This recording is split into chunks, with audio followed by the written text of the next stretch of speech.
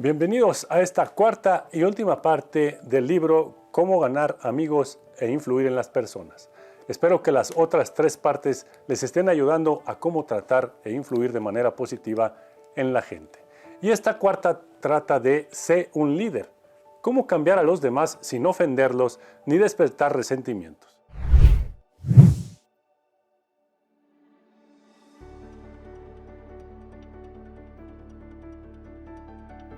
Muy bien, pues hemos llegado a esta última parte de cómo hacer amigos e influir en las personas, y como hemos visto, cada parte se divide en diferentes reglas. Esta cuarta parte consta de 9 reglas que el autor sugiere para convertirse en un líder sin ofender ni despertar resentimientos en los demás.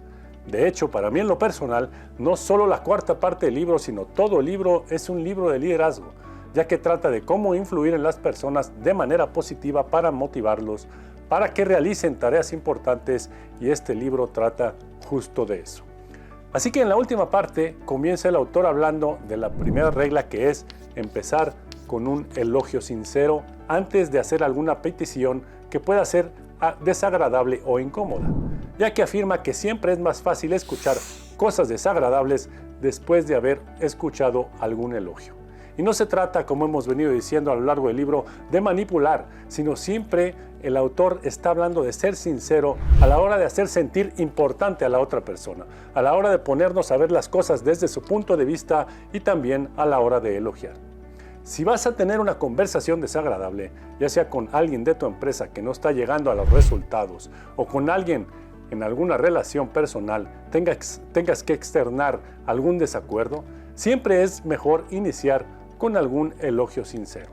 Se trata de encontrar las fortalezas en las personas y enunciarlas, antes de tener alguna conversación incómoda. El autor nos invita a tener cuidado con utilizar la palabra pero, ya que eso desacredita la credibilidad del elogio, y propone utilizar la palabra y.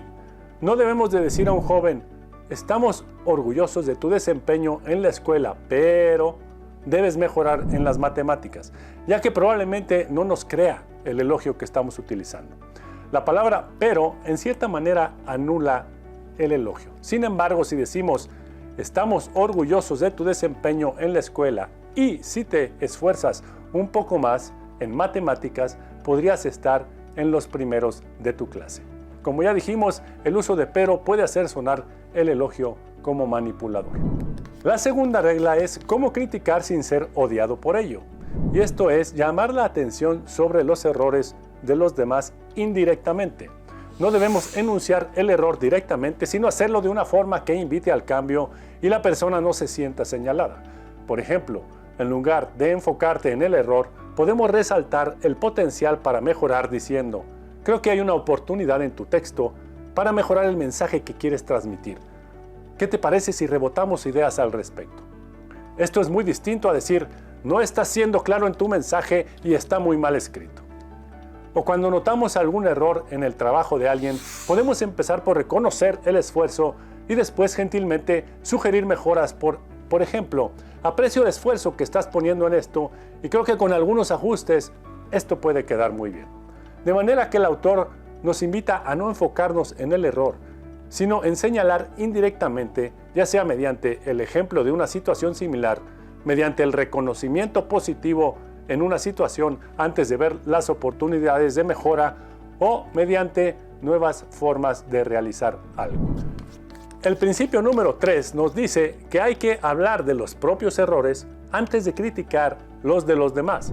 Asegura que no es tan difícil escuchar una relación de los defectos propios si el que la hace empieza admitiendo humildemente que él también está lejos de la perfección. Esto aplica para diferentes situaciones. O si estás dando algún consejo a alguien sobre cómo manejar una situación difícil, podrías empezar diciendo: en el pasado me encontré en una situación similar y cometí el error de, etc. A la hora de admitir primero tus propios errores, demuestras humildad y empatía, lo cual puede ayudar a crear un ambiente de apertura y colaboración.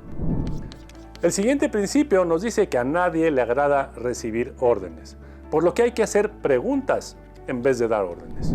Y es que a nadie nos gusta recibirlas. Por lo tanto, en vez de decir haz esto o haz aquello, o no hagas esto, no hagas aquello, Podemos hacer preguntas como, ¿te parece que esto dará resultado? ¿Qué pasaría si hiciéramos o si lo hicieras de esta otra forma? Hacer preguntas no solo vuelve más aceptables las órdenes, sino que con frecuencia estimula la creatividad de la persona a quien se le está preguntando. Pasamos al principio número 5, que es permitir que la otra persona salve su prestigio. Aquí el autor propone que no debemos permitir que la otra persona piense mal de sí misma. Y yo creo que este es clave para cualquier puesto de liderazgo. Puede haber errores y situaciones. Sin embargo, el prestigio y la dignidad de una persona hay que cuidarla como la propia. Pone ejemplos como casos de despidos, que muchas veces son muy dolorosos cuando la persona es buena y por causas ajenas a ella se tiene que hacer. Siempre haciendo mucho énfasis en las cualidades de la persona y en la imposibilidad de seguir trabajando con ella y mostrarnos seguros de que haga lo que haga, en otra empresa le va a ir bien.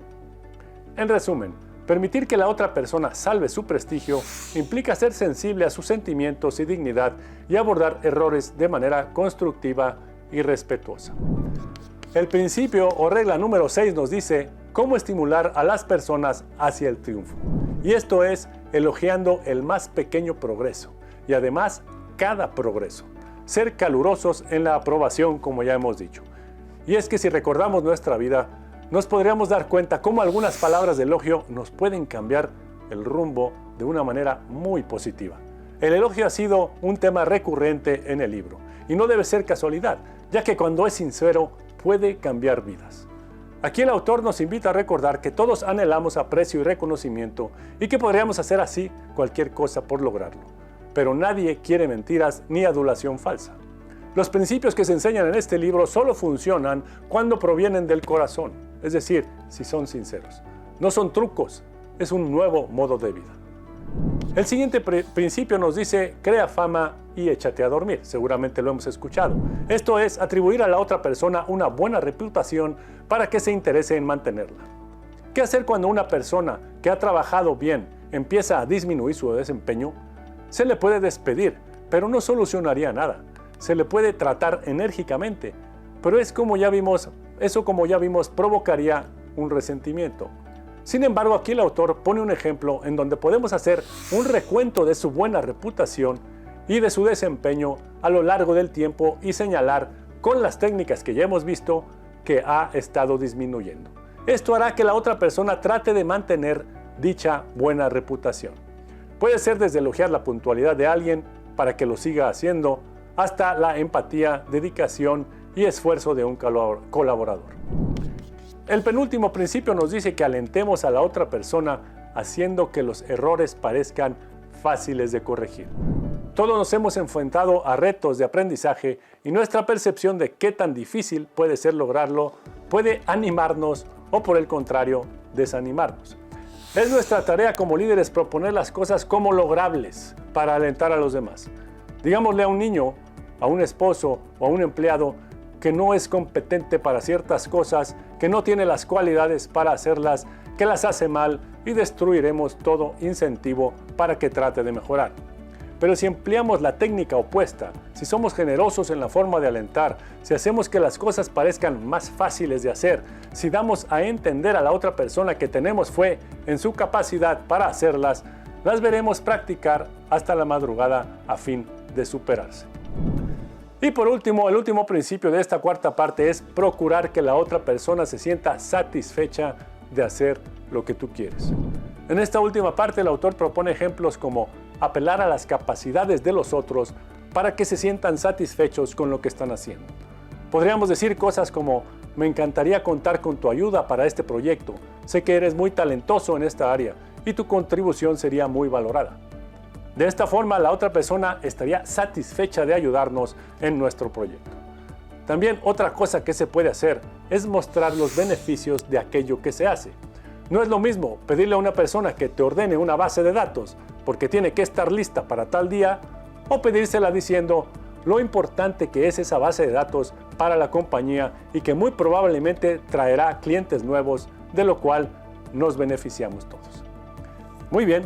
Pues hemos llegado entonces al final de esta cuarta parte y así al final del libro de cómo ganar amigos e influir en las personas, por favor coméntame qué es lo que más te haya llamado la atención de este capítulo o de los otros y qué otros libros te gustaría hacer un análisis como este. Muy bien, pues no olvides de seguirme en mis demás redes sociales y nos vemos pronto con un nuevo libro. Hasta pronto.